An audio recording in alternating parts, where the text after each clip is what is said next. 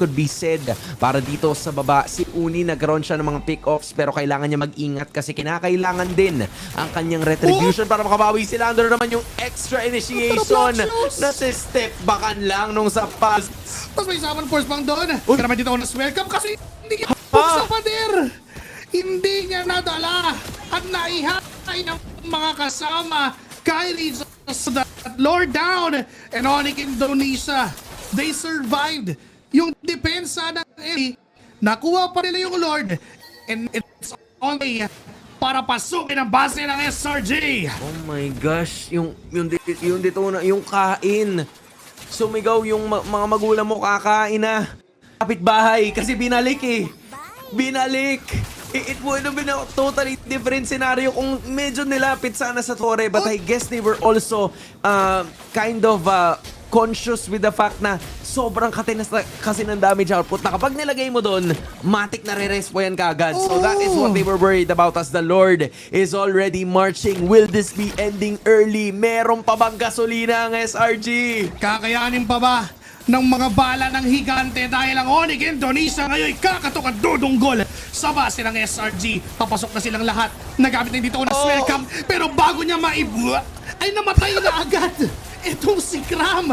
Ngayon yung limang miyembro ng Onyx Indonesia ay tutuloy at didiretso sa base na nakatingin. May mga pulutong ng minions na kasama ang Onyx Indonesia. Di na namin kayo pababawiin pa dahil yung game number 2. Teka lang saglit, si Innocent ay gumagawa ng pangarap pero ang Onyx Indonesia ang magpapauwi sa mga higante ng Malaysia.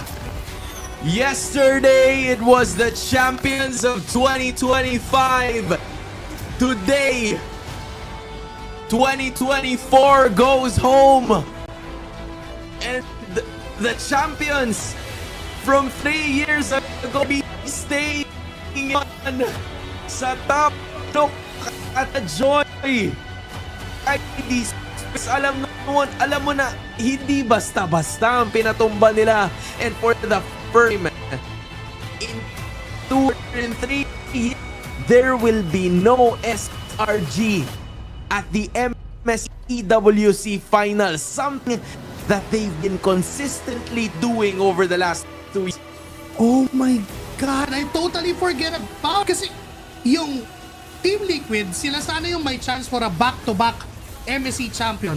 But the SRG, they have a chance, 3-time finalist sa MSC. But now, we're not giving them even knockout stage all bigs of Onyx Indonesia. They might have faced a lot of problems during game number 1, but that win, that comeback win, gave them a lot of enter game 2 and it didn't even happen.